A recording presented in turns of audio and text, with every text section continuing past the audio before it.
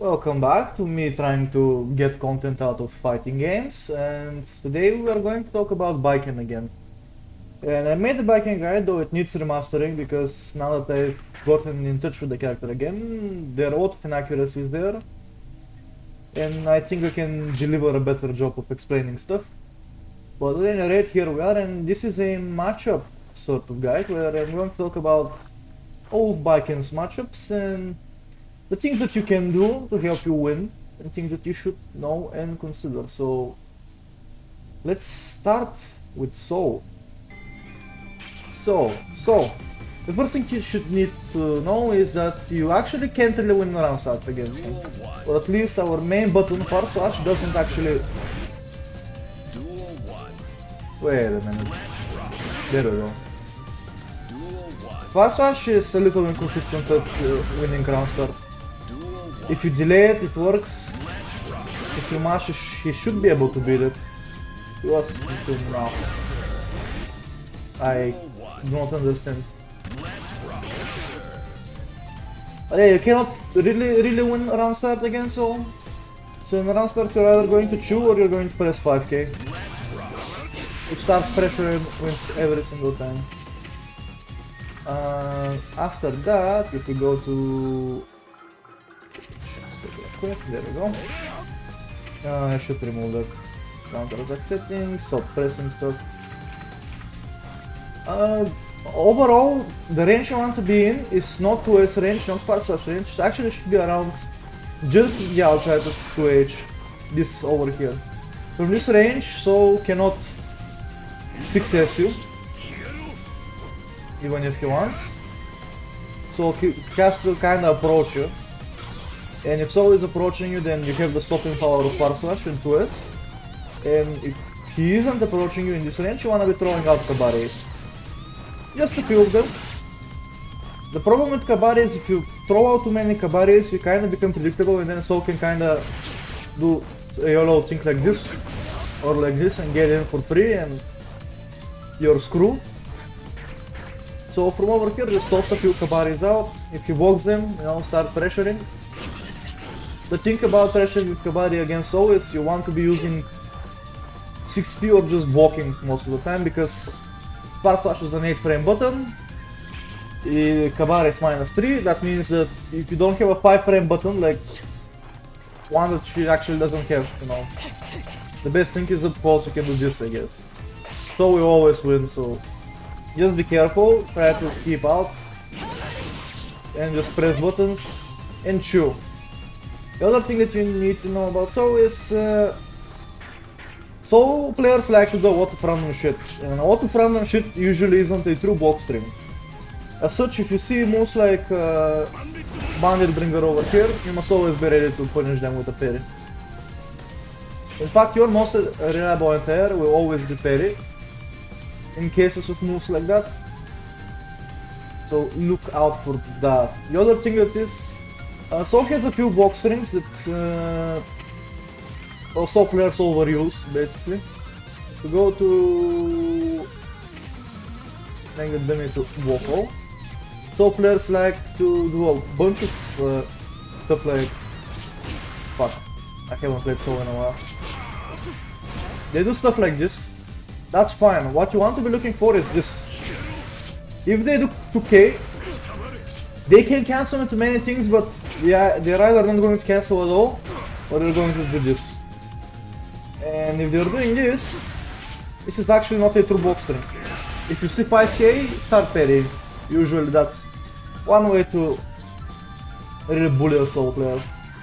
And if they don't adapt, that's great, you're going to get a free parry there every time. If they do adapt, then whatever they're doing is not as optimal as going for Far Slash, so you're still winning. Good for you. Let's move on to our next character, which would be Kai. So Kai, first thing first, you actually win round start against Kai. He cannot really do anything to stop your Far Slash, so just Far Slash all day long, you'll be absolutely fine. Simple notes about, so first thing, 6H is unbeatable by Kai, you're not going to be challenging 6H. If you're in this range where 6H hits, just walk out of it and use your superior Kabari. Otherwise, you want to be closer where your far slash reaches and you just want to be bullying him like this. He really doesn't have much he can do to deal with this. The King of Neutral himself actually gets out neutraled by Baiken in many situations. As for other stuff, usually, if you see me play, I like to cancel into these moves a lot. And do stuff like this. The problem with Kai is he can stun deeper under Kabare. Unless you're really close. But usually in a box string you won't be close enough. This frame traps around here, not around here. There we go. That also makes this sort of pressure unsafe. Because it's a 5 frame move and you practically don't have a way to stop it. Especially if you delays it, it becomes really hard to deal with that stuff. So instead you'll be cancelling a lot more into Kastani. If you keep the range, slide delay, and we'll get him like this.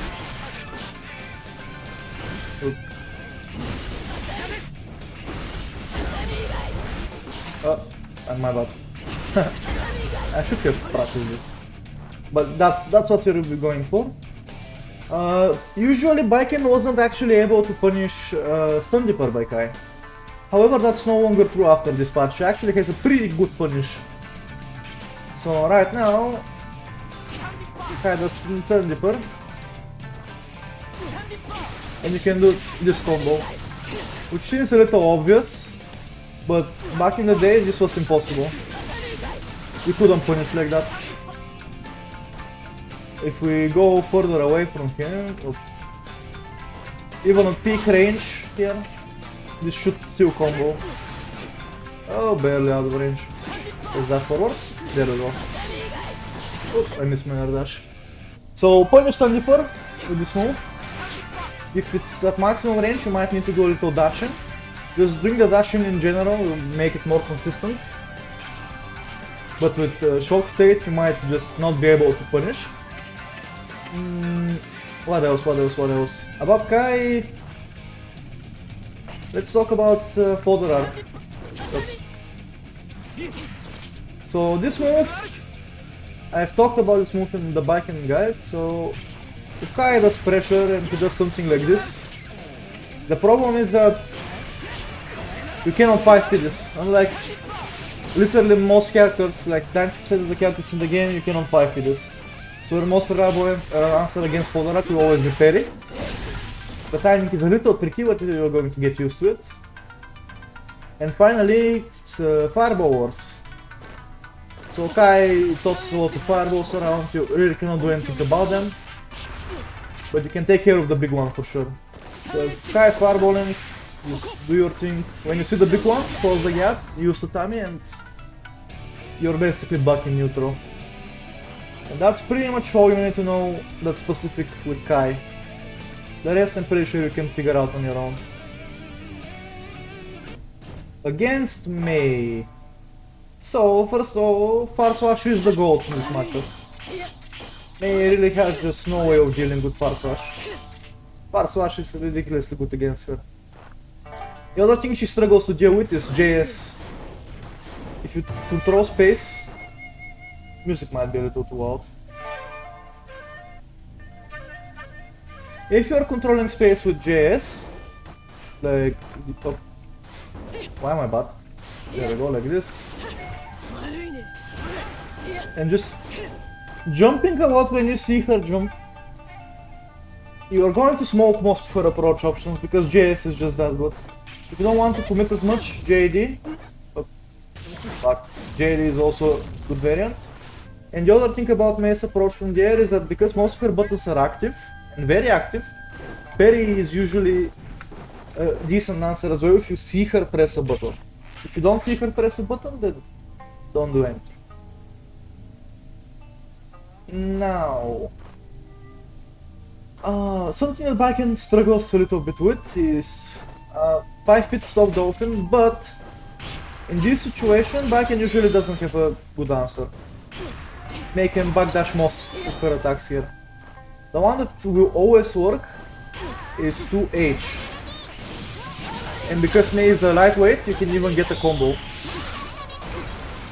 and begin pressure. However, if she does Dolphin, 2H is probably going to get smoked because it starts in 17 frames. As long as she doesn't press something that's, you know, more than 12 frames, she's going to be 2H every single time. So you gotta be very careful how you RPS around with that. If she charges her 6H, that's another easy parry, but wait till the very last second. Because if you do it too early, then you're going to get counter hits, and it's not going to be fun. Other things. So, Mei players like to do shit like this. To mix you up, you can parry this, but use the option select. Because if you use the option select, you'll be able to parry this side, but if she decides to actually cross up like this... Oop, I messed it up. Let me hopefully get one. God damn it. There we go. But if she actually goes to the other side, with the correct timing, you'll be able to... That was junky. God damn it. You'll be able to option select it and you'll be fine. Generally, I recommend pairing the side that you think she'll end up on, but as you see, it might be safer usually to aim for the reverse parry. Because pairing the cross-up is a little bit difficult. And the final thing is, if you ever knock her down and you see super, absolutely every time you should parry that shit. Oops. Reason being is that if Mei actually... Oops. Wait, what's the input? That's Yamada channel. This is the input. Because if she actually is able to get one hit off of the super, she can then kinda cancel before the second one. She'll stay safe, and she'll even get some sort of mix-up on you, but I don't play Mei, so I cannot tell you what that mix-up looks like. But Mei is pretty bare bones. As long as you keep her out with Far Slash and you stop the Dolphins with 5P, you stop her from approaching in the air with JS, and you punish Dolphin attempts as best as you can, you're going to have a pretty easy time dealing with her. But make one mistake and she'll absolutely delete you. Axel is a funny match for Baiken. Much like with other characters, you'll be dash blocking the entire time, trying to get in, occasionally using the air, and using the air is good for Baiken because of her superior JS. Round start, you'll be chilling most of the time. It all depends on what the Axel player is doing and what options they're going for. If they're going for Rainwater, which looks like this, in case you don't know, then you'll be chasing from the air, on occasion, from time to time. If not, they're probably pressing Far Slash, which you can't really deal with, Heavy Slash, which you also can't really deal with, and 5P, which you also can't really deal with. So you'll be chilling. You'll be letting them do their thing, and you know they're going to start zoning here, stuff like that. And when they do that, you know, you just begin to slowly make your way in with Baiken. Once you get in, Axel is pretty screwed, especially if you're able to get Escabari or Throw, because that will tether him, and now he's unable to escape regardless of what he does. So free pressure for everyone. Other than that, gun, if you have 50 meter, gun is absolute lifesaver. Keep in mind that you need to time it correctly though, because if you mistime gun, you can... Now, usually, if you can get hit by Rensengeki here and it's fine. It's not a problem. You're still going to shoot at him and he's still going to get hit. But if you happen to shoot against something like... Oh, what's the input? This, right, okay, yeah. If you happen to shoot at him when he does this, there is a pretty decent chance... Oh, I missed my... I'm bot. Oh, okay. Let's get it. There's a pretty good... Fuck, I need to really mistime it. There's a good chance that you're going to get grabbed and he's going to get away for free. But do use gun. If you actually are able to hit him with gun, that's the easiest way you're going to get in, and you're going to be able to stop most of the things he does. On defense, Axel doesn't really have good options. 2K might be problematic because it's able to low profile Kabare, but that's not a problem because it definitely cannot low profile Tatami. Other than that, try to avoid breaking the wall if you can, so in situations like this, if you go for throw, do something like this. To help you not break the wall. And if you do happen to wall spot and you need to break the wall, use super. Because you don't want to be going back into neutral against Axel. Things that you might not know how to punish or you're not exactly sure. The thing that I do against Snail, which he'll cancel out, even from max range, which should be around here, is max range for Snail. You can punish with Kabari from closer ranges. You can start your turn like this, and if you're up close to H, always gets the job done and gives the pressure. And that's more or less all you need to know about Axel and how to deal with him with Baiken. So Chipp is a pretty messed up matchup. There are a lot of things that are absolutely wrong with this thing, but H-VSion again the absolute goat. Chipp cannot really beat this answer except if he uses 2D. If he uses 2D then you can't really beat that, so you know, this all falls apart. And outside of that, just pressing H-VSion in general in neutral is the absolute best. He cannot deal with this button. Same goes for 5K and 5P. The reason why you want to mainly be using these buttons is because Chipp is ridiculously fast, so if you whiff this, or you whiff this, or you whiff this, or you literally whiff any other button, he's going to be able to run up and start his pressure and you're not going to have a good time, so stick to these fast buttons.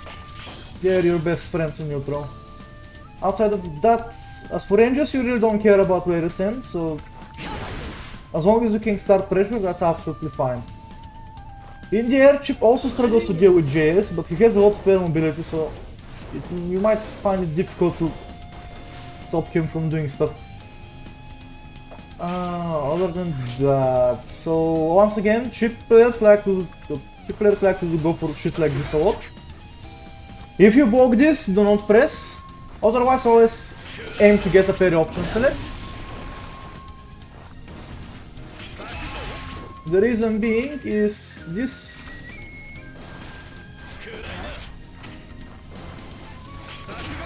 There we go. So that will keep you safe. And if you guess right, then it's a parry. In fact, parry option select is just your best friend in this matchup. For a very simple reason, that is Chipp does a lot of meaties. A lot of meaties from the air, which are technically safe jumps, but because he has to rely on them, in many parts of his pressure, you'll find that if you do option select parry, you'll be able to beat 80% of the things he does. So that's a struggle that Chipp players have with this matchup, and they're going to be able to adapt and you're going to have to struggle a little bit, but do your best to always parry a safe jump if you see a safe jump happening. Other than that, yeah, over here. If they ever manage to start pressuring you like this, you're actually screwed. Do not interact with him at all. No point in interacting with this pressure, just FD and hope you push him out far enough. And that's basically it. This matchup is cursed. If you've played it, you know what I mean. Just knock him down once, start pressure and you're going to be fine. Otherwise, it's an absolute struggle. Thankfully, parry takes away half of his life, so the parry option select will really help you here a lot. So, Potemkin is another really cursed matchup for Baiken. Of course, H is the GOAT around start. Potemkin cannot beat this button unless he does 6p. If he starts doing 6p, then just waiting or pressing 5H will let you beat it. The thing about this matchup is that you actually don't really want to approach Potemkin, it's actually the opposite, you want him to approach you. And to do that, you're going to be standing over here, just outside of 2D range. And if you're outside of 2D range, this button works, this button works.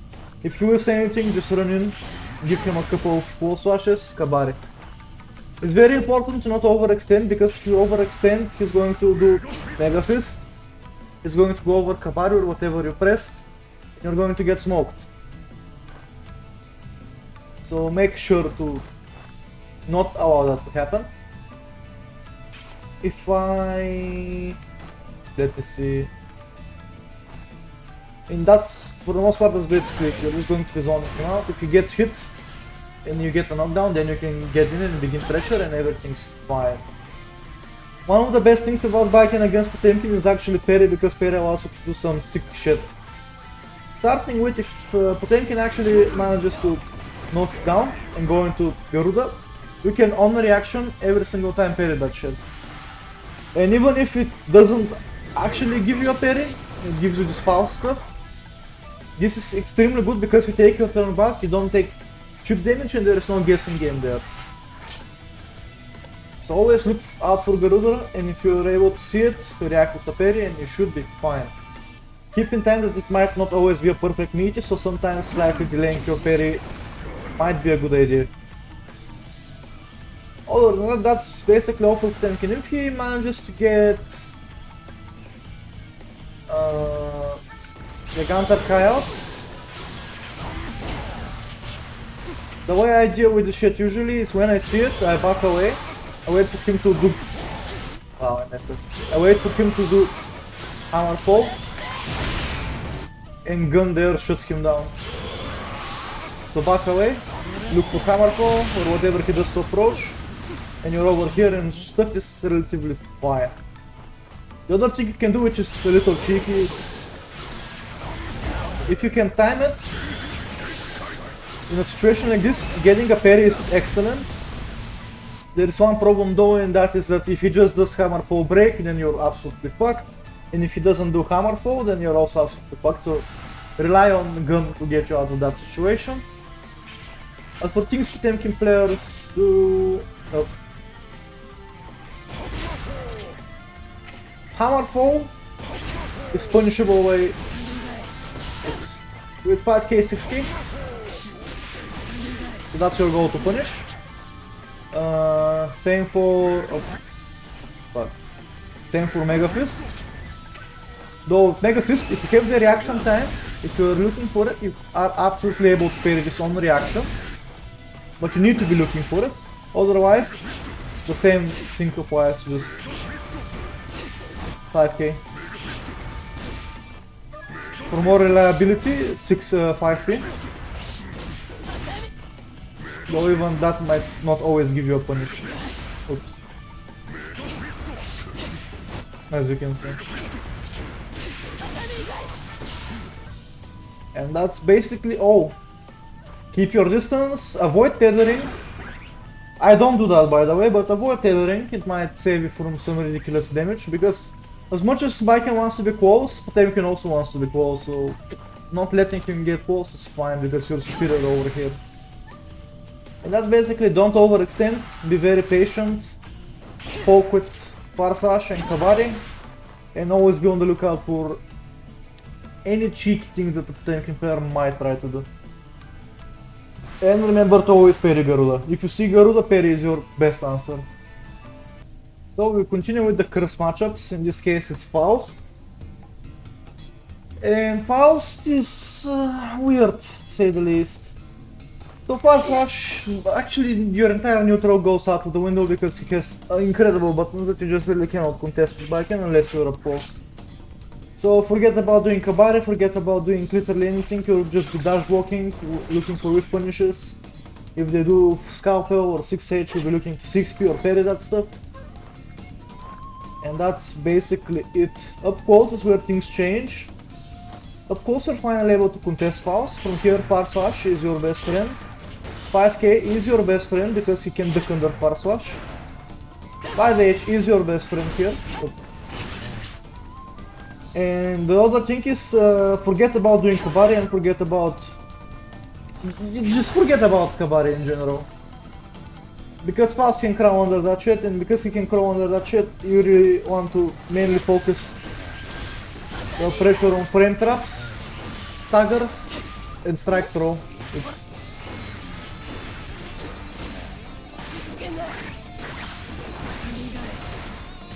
Oops, I'm fucked up. I was meant to throw. But yeah, that's what I'm going to tell you about this matchup. Abandon your conventional Baiken stuff and rely entirely on strike throw, frame traps with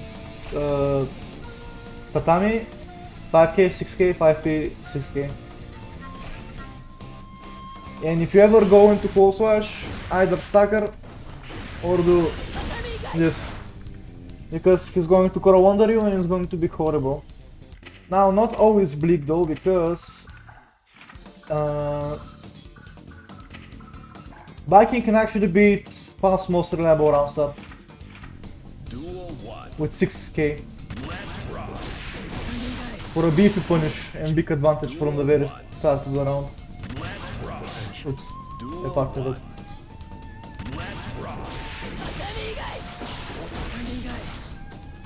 So that's awesome for you. But that's the only good thing that you're going to get. That's the only good thing you're going to get for this matchup.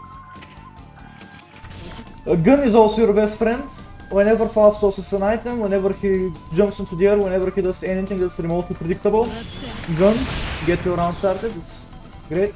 Even if he's in the air and he blocks that shit, that's still great. Because gun might just send him flying back towards you for you to start pressure. So yeah, use 6k round start. When he stops doing 2p, then you're going to start to use 2s, far slash, your typical round start buttons. In these ranges, you just don't play the game, you approach as best as you can. If you can whiff punish something, that's about it. Up close, abandon close slash, rely on 5k, 6k and tatami for strike throw pressure to avoid him crawling under you. And that's basically it. Also, I don't know how they do the weird mix-up where you're in the corner over here and they're either on your left or your right with the scarecrow, but as a Baiken player you don't care about that because you have the parry option select. So whatever they do, you're going to parry that and you're going to be fine. And that's about it that's literally about it. This matchup is cursed. I hate it. I absolutely hate it. But it's definitely winnable. So Millia isn't really a cursed matchup per se, but she's kinda difficult for Baiken. Because Baiken first of all cannot catch Millia. Like Baiken cannot keep up with the movement here. Millia can be anywhere she wants, she can do all sorts of... Oops, my bad. Come on. Ah, I cannot get it. There we go. She can be anywhere she wants, she can move all over the screen, she's super fast, she's hard to catch. Her buttons in the air are surprisingly good in general. Just her speed and everything. You'll be having trouble keeping up with Millia. On the plus side, her buttons are kinda bad. This is like her best button. This is pretty standard, this is okay at best. This has good range but it's really slow. This is a 4 frame but it has no reach. Let's not even talk about this move or this move. Millia's buttons are bad. So you want to be keeping her out mainly. You're playing around close slash range. Over here, you move back, you harass her with Kabari a little bit, but you're going to be playing very passively. And you want to make her move. If she doesn't want to move as Kabari, then she's fucked, because now she cannot run away and you're Baiken up close, so she doesn't really stand a chance. If she's moving around, then you're just going to be waiting patiently. If she's giving you space, so if Millia goes like this, then you're going to follow that up, dash quickly, take up space as well, and you're continuing to chew. And your whole goal is to drive her to the corner, plant a throw or Kabari for tether, or score a hard knockdown with H-Kabari, or 2D, whichever one works for you. If Millia goes to the air and she likes using the air to approach, if she's up high, Yosen will basically give you a free turn and will cover pretty much all her air movement options. So that's good, but she has to be above you and she has to be using the air to approach. And that's the problem. You won't be relying much on parry, you actually will be relying more on 6p. Also, this thing, if she ever does this, If you block a 2D, immediately go into super. There is nothing she can do to prevent this from happening. Unless she has meter to RC. If she does 2k 2D or if she hits you with 2D and you block that shit, immediately go for super and look at all that damage. That's half her life gone for you blocking 1 2D. So if you have meter, just... you basically win for this. You basically win for this interaction. When it comes to pressure, you... just like with Faust, Kabari pressure is kinda out of the equation. Because Millia can jump out of a lot of stuff, and once she jumps out, she has all the movement options in the world to get away. So you'll be looking to land more throws to keep her locked. Oops. That's not the correct word, there we go. To keep her locked, and you'll be using... once again 5k and 6k a lot more. This time this doesn't mean don't go for this, because if you counter hit with this move, like ever, her health bar is going to disappear. Her health bar is literally going to disappear. So you're still going to be doing stuff like this and like this, but you can jump out, so you want to condition her to walk with 6k first and then go for that. And unfortunately for you, you might think that parry actually makes blocking her mix easier. That's not true. If they run proper mix, you cannot do anything, really. So if she knocks you down, does this, parry won't be able to, parry won't save you from this shit. Same for this.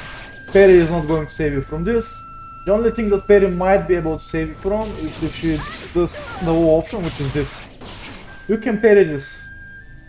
The only other case where parry actually works and is pretty decent is in the corner.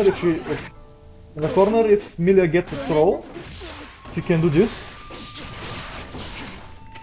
But this is parryable.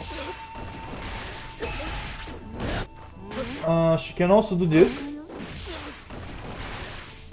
Right, to bait the parry.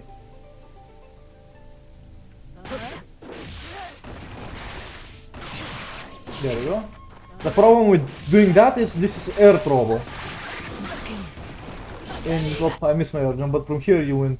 So her only real option here, if you gamble like this and if you're able to, because if you're in this position you want to get out of the corner.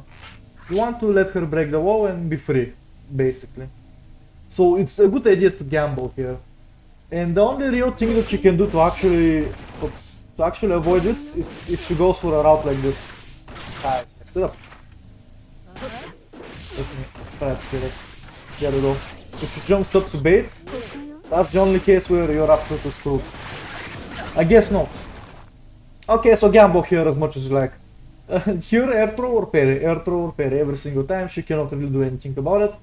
In fact, if you're not gambling here, as I somehow managed to show, you appear to not be playing the matchup correctly. And that's basically it with Millia. This one I'm going to go through real quick with not much preparation because there isn't really much to talk about this one. Farsash is your best friend, Zato just cannot deal with this button. If you're outside of Farsash range though, you're kinda screwed. Here you're going to rely on Kabari. Zato players love doing... cannot get it, They love doing shit like that. If I am on this side, it will be easier. Zato players love doing this. This is really hard to 6p, don't 6p, just parry this outright. If you see him cover up into the air like this, just be ready to parry that shit and you'll be fine. AD, you'll be sniping AD with 2k, 2s and 5k mainly because those buttons are really fast, really good. Just like with Axel, you don't really want to go back to neutral, you want to keep Zato over here and continue bullying him as much as you can. So avoid breaking the wall unless you have super. You cannot parry AD, which makes a lot of people think this is a bad matchup for Baiken. That's not true at all. Zato has many parryable little gaps in his pressure. And I'm not a Zato player myself, I won't be able to show you most of those, but a good example is you don't want to let Zato players get away with this one. This one is very easy to parry. Even if they go for the wall option, with the correctly timed parry, you should be fine. Of course, don't overuse parry, throw it out occasionally to remind them that they cannot pressure you even if they want to. Especially when they're desperate, throwing a parry out usually screws with them. Another cool thing about this matchup, from this range, over here, if Zato does oppose, he can wait up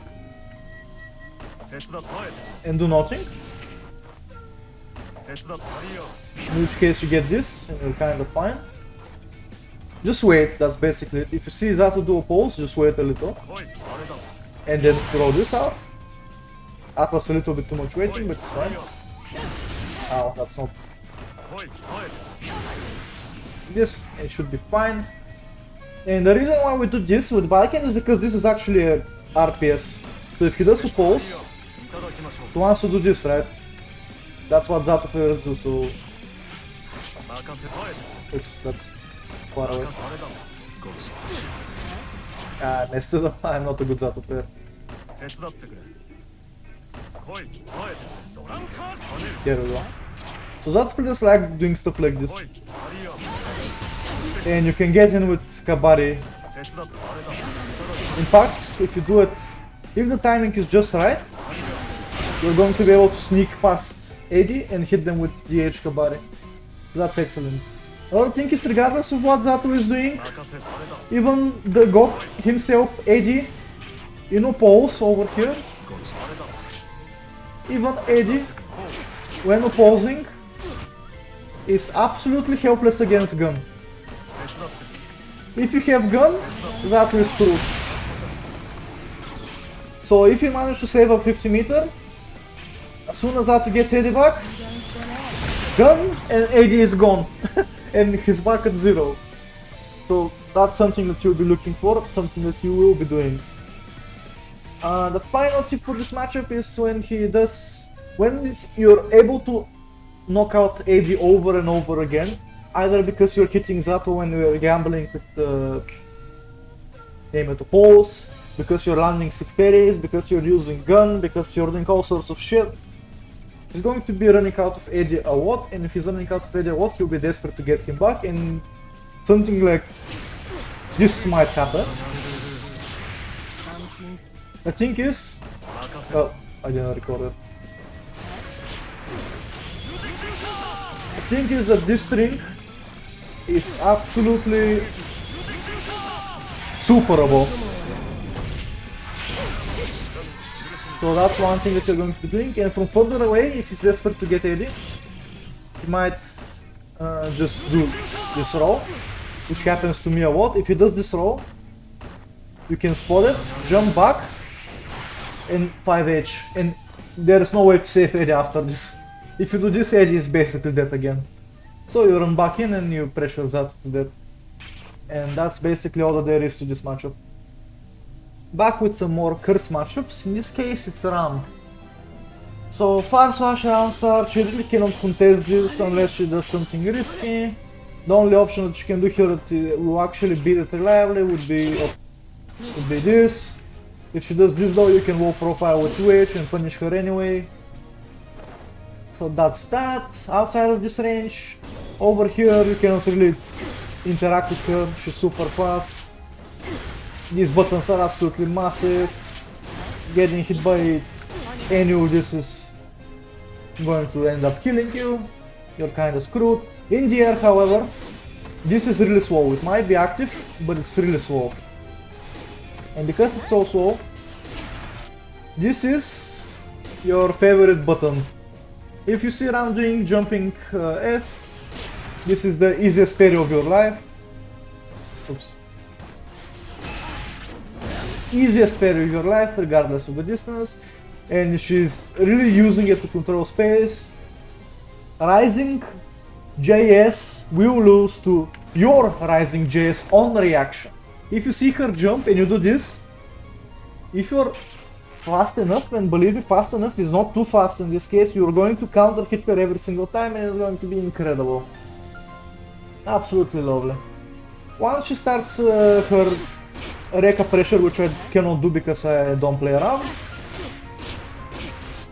How do you... I'm not going to even bother with this. If she does Rekka pressure, you're kind of screwed, you don't interact with that. But there are a lot of things that she cannot really cancel from, so... If she does, for example, 6p, that's prime time for her to do Rekka. They always go for this. And because they always go for this, this is one of the easiest parries you can get. The other super easy parry that you can get is Frank has meter. She's guaranteed to go for this, usually. So if you feel risky, you can do a parry here, or... Oops. Or if you're not feeling like gambling too much, super is a pretty safe option.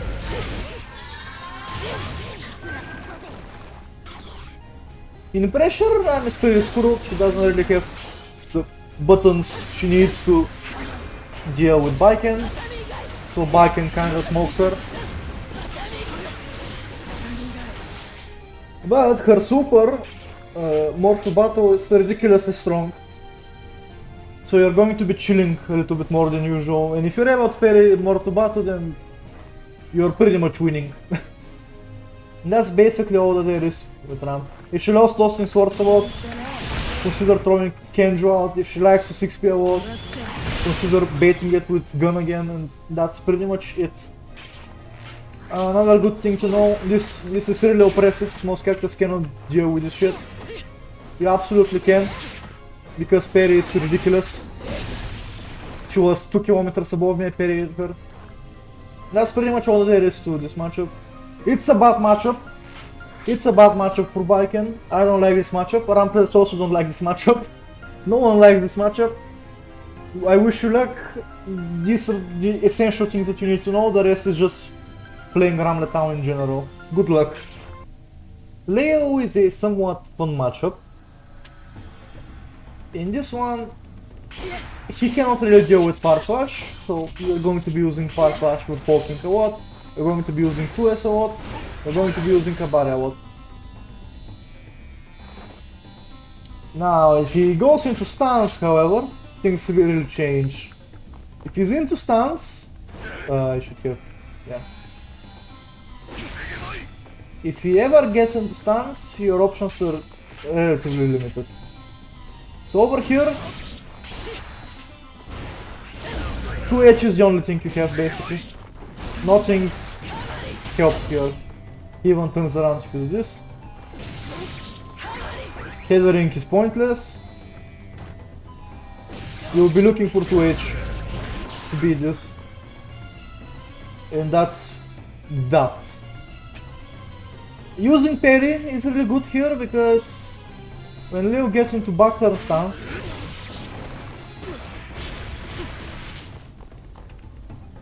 yeah, let's record that. Fuck. I pressed the wrong button.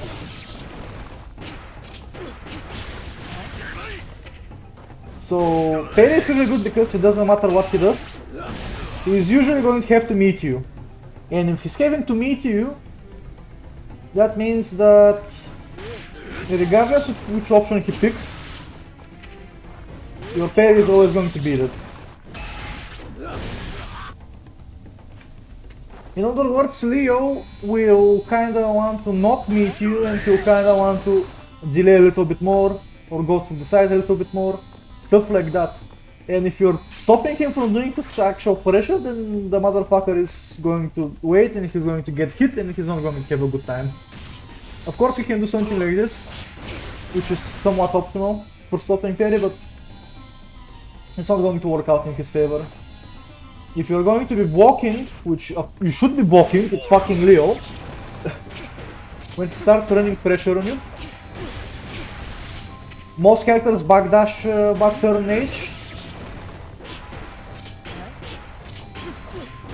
If you see backturn H, oh I missed it, you should be trying to parry that. If you think a backturn H is coming, try to parry it.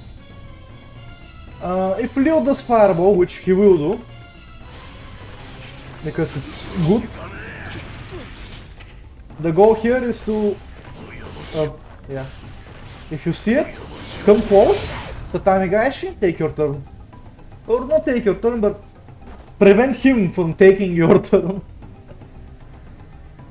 And that's pretty much it with Leo. There's not much to talk about. Be wary that he has ridiculous dashing forward ability, so you're never truly safe. He can always just pull up, and you should be ready to answer that. And that pretty much covers Leo. He's relatively easy to deal with for Baiken. One thing is, when he runs pressure like this... Oh. Fuck.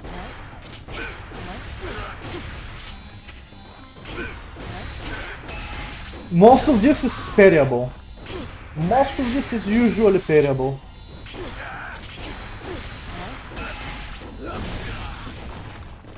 So if you mess around with him like that, he's going to end up staggering like this.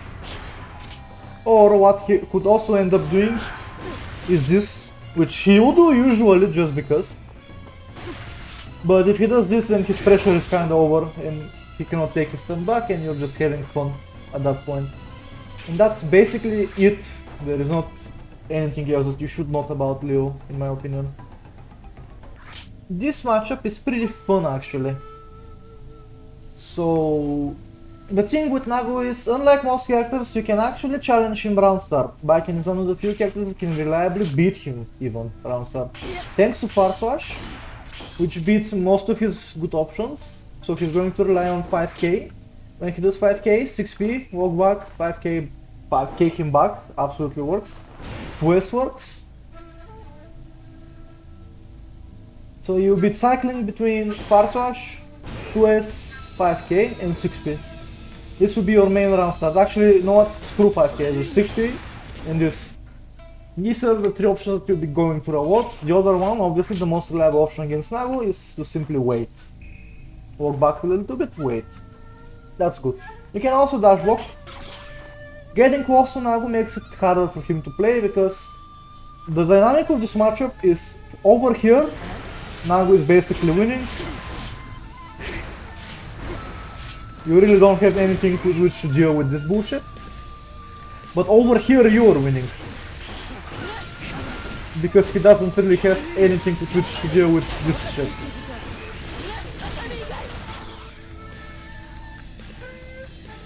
Nago players usually just push you out and try to 5k, which is really susceptible to a quick little parry. The thing about Nago in this position, when he gets high blood, because he will get high blood, just how the character works.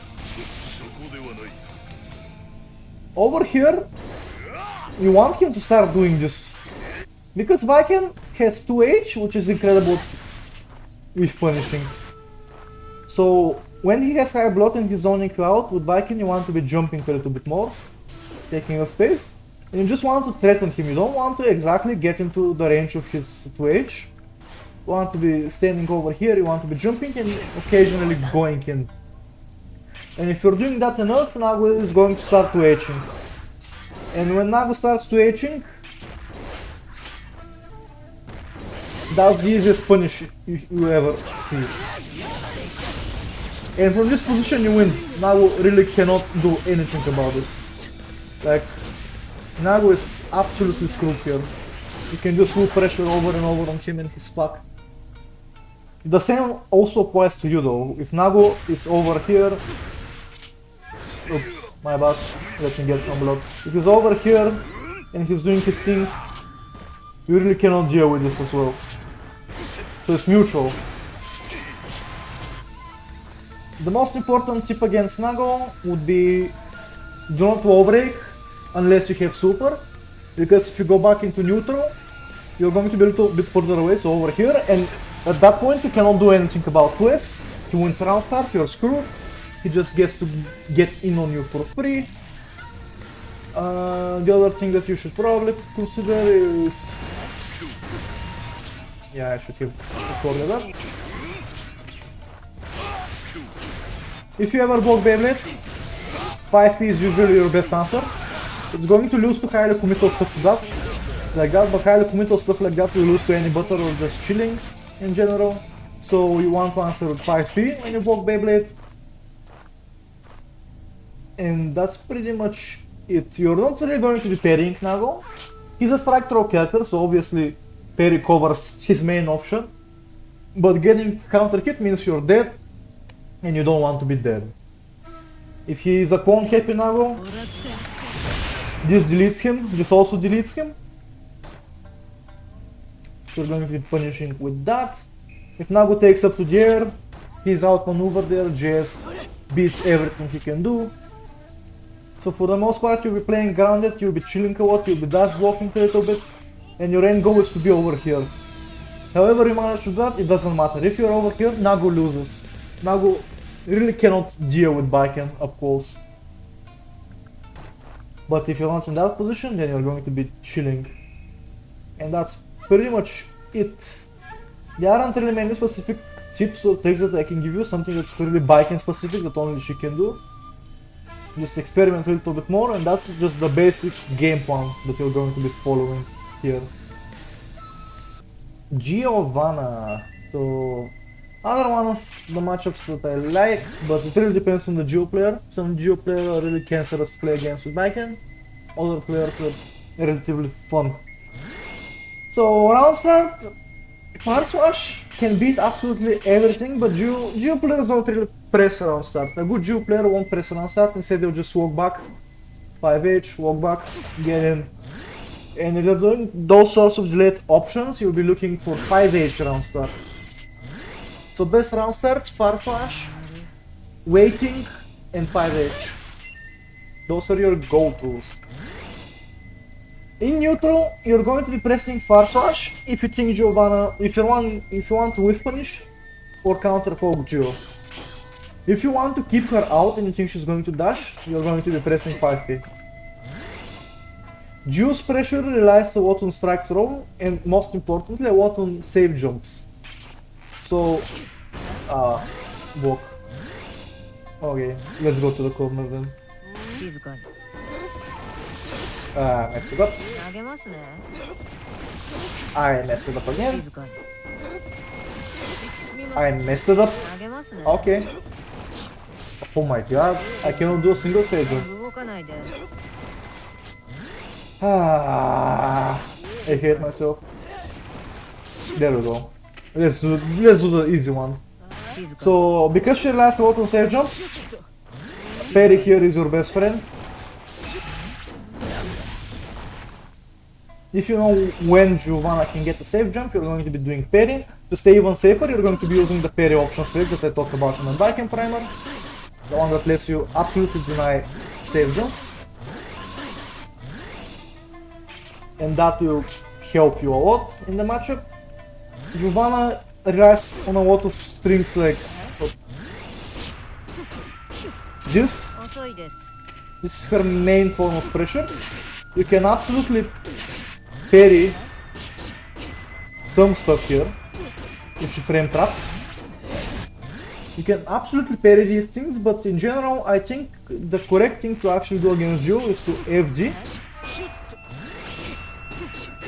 and have her push herself out. Let me do it properly. That's not better. And if you're pushing her out, she'll have much more trouble dealing with your defense, or rather she'll have much more trouble starting her offense and moving it. This is a general tip, but I'm going to give it to you because it's very important. Always take the throw. Like, it's not worth it. It's not worth it trying to tech or backdash. You're going to get yourself killed. Always take the throw. Always take the throw. Things and other things. Be on the lookout for Trovao. If you just Trovao, always be ready to parry that shit. Always be ready to parry that shit. Another thing that Geo players are cheeky with, and we are going to try to pull off, when a Giovanna player needs plus frames, they might just do this. However, as long as you haven't pressed... Oh, well, she needs to be in range. As long as you haven't pressed, you can always parry this thing 100% of the time. So punish a greedy Giovanna player for this. Finally, in neutral itself, as I said, far slash to poke her, 5p to stop her from dashing in on you, occasional kabari for pressure. If you're able to start pressure, you win. She doesn't have defensive options with which to deal with this, so it's pretty much free real estate at this point. And that's pretty much all that you need to know about Giovanna. Anji. This matchup is an absolute joke. Anji unfortunately loses to Baiken super hard. Round start, you absolutely win. Anji cannot deal with far slash, he cannot deal with 2S, he cannot deal with 2H, he cannot deal with Kabari, he's absolutely hopeless. Neutral is your domain. Neutral is where you play. Anji is kinda doing nothing. Anji is considered a mid-range character, but none of his buttons can really do anything against you. Like, he doesn't have a button that can threaten you in any way. He's absolutely screwed. The only thing that he can do that you cannot really do much about is, of course, spin, which you can throw if he's being predictable with. And of course, Fujin. Fujin is really fast. If you've poked preemptively, you are going to be able to stop it. Otherwise, you cannot really do much about Fujin.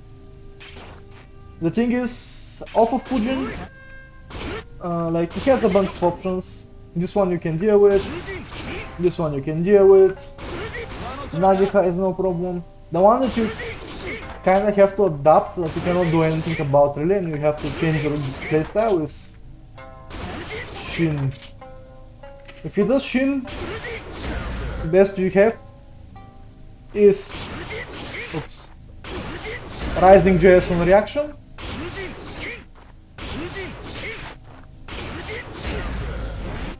Comboing. Oh yeah, no, but counter hit specific combo. Let me try to get the counter hit specific combo in here. Fuck, I cannot pre-jump. I'm going to get it. Ah, almost. Well, whatever. This is your go-to basically. That's what you need to know. Nagika and the overhead are absolutely terrible. Just delay a lot, parry, or just chew in general. Anji cannot really deal with that shit. If he does Fujin, look out for Shin. That's the one that you need to really worry about. If you see Shin Rising GS, he's done. Neutral is extremely easy for Baiken. She just presses buttons, Anji cannot do anything about it. If you pressure Anji, Anji loses. He cannot do anything about it. In general, this matchup is absolutely hopeless. Being Anji on this matchup is really unfun. And those are the only basic things that you need to know when you're going to be able to beat an Anji. Easily. Easily. Ino is a little bit of an unfun matchup. Round start is pretty fucked up. You can beat most things she does, but you can also do most things that you do. So I'd say round start, just chill, don't mess around with her too much. Now, Ino's biggest strength is also her biggest weakness in this matchup, and that's the hover dash. Because of the way her dash works, far slash is a very effective zoning tool.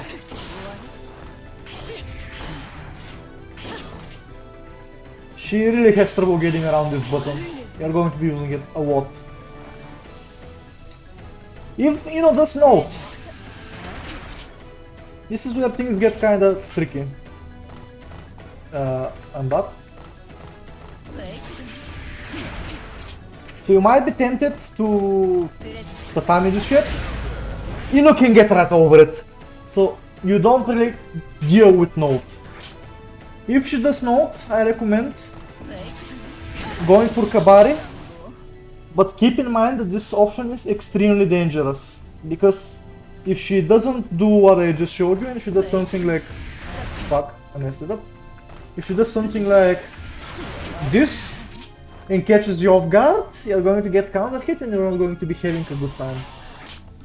Now the thing with Ino is that she relies a lot on her frame traps to keep pressure. I hope that actually doesn't work. I'm pretty... I didn't record. I'm pretty sure this is parryable. Let me check. It should be. It might not be. That's through boxing. Unfortunate. So, you'll be parrying a lot. The thing that I'm going to say is... You're not really parrying this. This is going to give you trouble. You're parrying this, however. So, an occasional parry after you block an air normal is absolutely good. It's absolutely recommended. Other than that, this matchup is pretty bare bones. You're just kind of playing footsie. She does chemical love. I don't know the motion for chemical love. Should be this right now. What is the motion for chemical love? What? How did you do? Ah, there we go. She does chemical love. You're kind of screwed. You cannot really interact with this shit. If you think she's going, if she uses that wall, you're just going to be dash blocking and eventually 2H'ing to punish her. 5p to stop her from pressuring you. 5p is your go-to. Whenever she gets a not good, a decent knockdown, so something like this. If she gets something like that, 5p, go for it. It doesn't hit high enough, so if she air dashes for long, she might actually go over it, which is bad. But if she doesn't, you're going to be beating most options with this. And that's pretty much it for, you know, just far faster approach. Consider using Kabari to poke her. Play a little bit more passively, you should be fine. When she's pressuring you, you're kinda screwed, but that's true for every character. At least you have parry. And parry can beat a lot of the things that she does. And reversely, if you are pressuring her, you know, cannot really do anything about this. Just avoid using tatami on note, and you should be fine for the most part, if you follow my advice. Keep in mind, this matchup is hard, you're going to have to learn a lot of things. And there really are no matchup specific things that you need to know here. They're more just matchup in general things that you need to know here and habits that you need to build.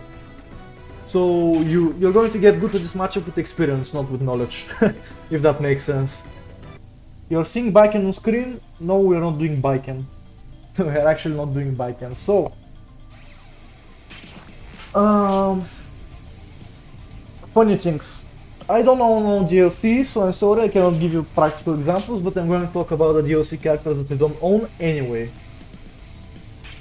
So, starting with the first DLC character was Goldlewis, I think, right? I think it's Goldlewis. Goldlewis, you win neutral. With Farsash, Goldlewis cannot really challenge that, he has to do Behemoth. If you're doing Behemoth, you can just walk out range of Behemoth, punish with Kabari. If Goldlewis takes to the air, 6p is your best friend, and parry is also your best friend, because JD is very predictable, easy to spot, easy to deal with if you're playing Baiken. If you're pressuring Goldlewis, you win, because Goldlewis cannot really do anything about your pressure.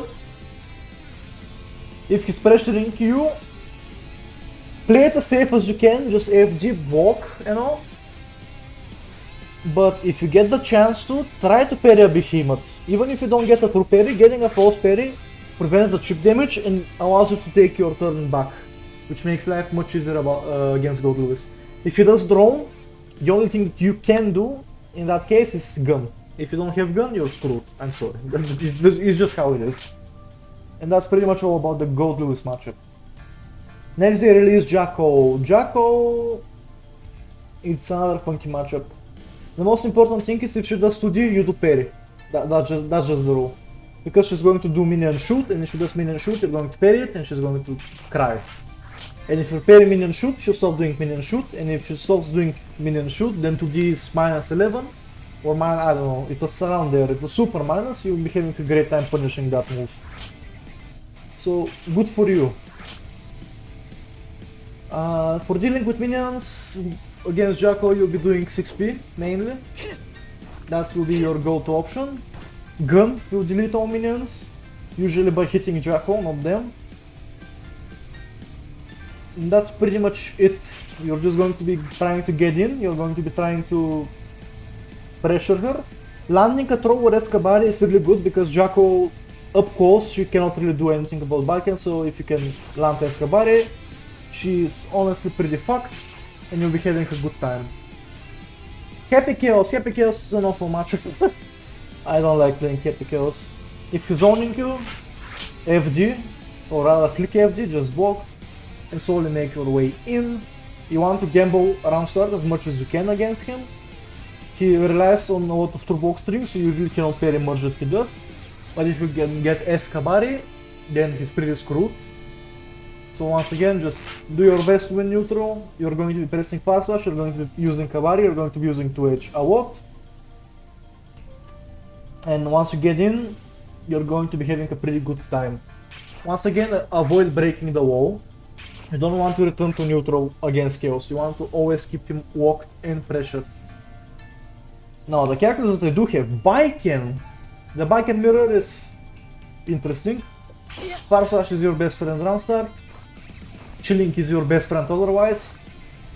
If Baiken lands Kabari, the other Baiken usually doesn't want to challenge, he doesn't want to do anything about it. Reversely, up close, there are some very mind games and shenanigans, but they're really weird, they're really junky. Don't engage against Kabari. You'll be doing so. You usually do this, right? That's what I do. That's what most Baiken players do. If a Baiken player shows you that they can parry this and they're willing to gamble on there, that's when you're going to be that's when you start doing 2G, because if they try to parry 2G, that's what happens. So keep that in mind. Save jumping. If you're going to save jump, always do it with Potemkin. Otherwise, you're exposing yourself to potentially getting hit by a parry, and that's no fun for anyone. And the Baiken mirror is, well, that's basically what it is. Whoever gets started first wins. However, parry allows Baiken to bypass a little bit of her own pressure. So it's really random, it's really weird. In the air you have the exact same options. JS superiority is not really JS superiority, it's once again about who's being faster.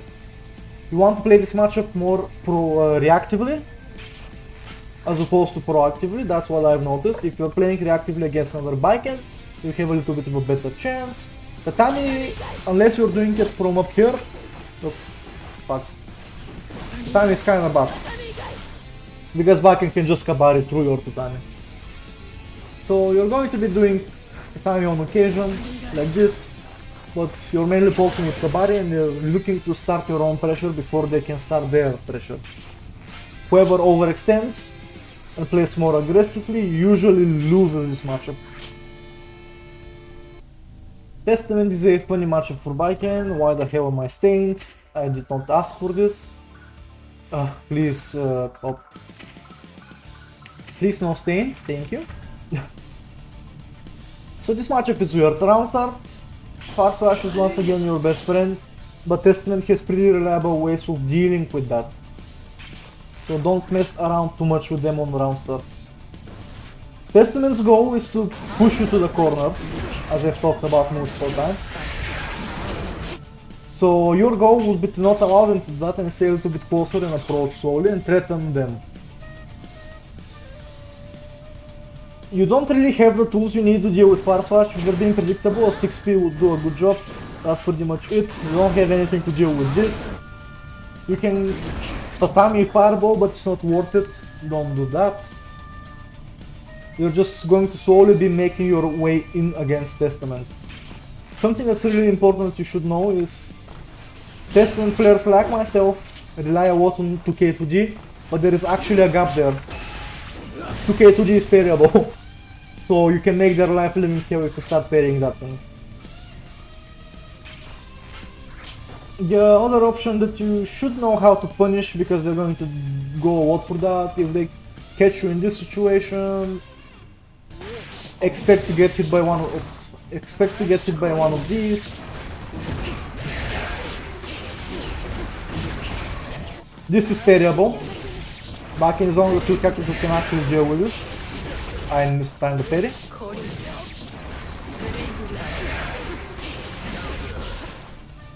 I have no idea how that happened. This game is magical. There we go. So don't really let Testament get away with that. Otherwise, you want to stick to the ground. Avoid using the air as much as you can, even though Baiken has the best air buttons in the world. Testament has the best options to counter the best buttons in the air. So you really don't want to be challenging that. 2S is surprisingly bad, because Testament can 6P it. So you'll be relying mainly on Far Slash, on Kabari and on 2H. If you're able to begin pressure, you're living the best life. Once again, Kabari is your best friend, but do try to avoid overusing it, because Testament 2K and Testament 6P are really nasty and they're going to beat you. Kabari and Throw are your best friends, however, too, because Tether. And from over here, Testament is kinda screwed. They cannot push you away, they cannot make space, they cannot use their best buttons effectively. So you're going to be messing them up. Gun deals with everything the Testament does. If they're being predictable, or if they're charging, or they're doing anything, you just gun, all your troubles melt away. Once you begin pressure, Testament is really kinda helpless against Baiken. And that's pretty much all that there is to dealing with Testament with Baiken. The rest is just experience. This matchup is pretty messed up. I don't like this matchup at all. Round start, Far Slash is a good option, but Bridget can beat it reliably with 2D and other unfortunate things like that. Up close, if you're in Far Slash range, you're winning. This is where you want to be usually. If you're not in Far Slash range though, you're kinda at the mercy of the Bridget player. Roger. Wait, what is that? Ah, is this? Yeah. No, it's... Yeah, that's... Roger is really good at screwing with you. However, Gun is also really good at screwing with them. So that's something that you should keep in mind. Bridget's pressure as of right now is unfuzzyable and it's safe through box strings. So your parry is practically useless. There are a few situations where you can parry, but I'm not a Bridget player, I cannot show you what they look like. You're going to have to find that out on your own. 6P is your best friend in these ranges, because all of Bridget's buttons are not really disjoints, so you can punish them. And finally, do I remember how to play Bridget? Yeah, this thing. If Bridget does this move, whether it will be up close or far away or whatever, 5P is unreliable. Far Slash is your best friend. 5K is also your best friend because it's faster. So save your meter for Gun. When she's pressuring you, do find the gaps because there are very few of them, but they are there and you can exploit them.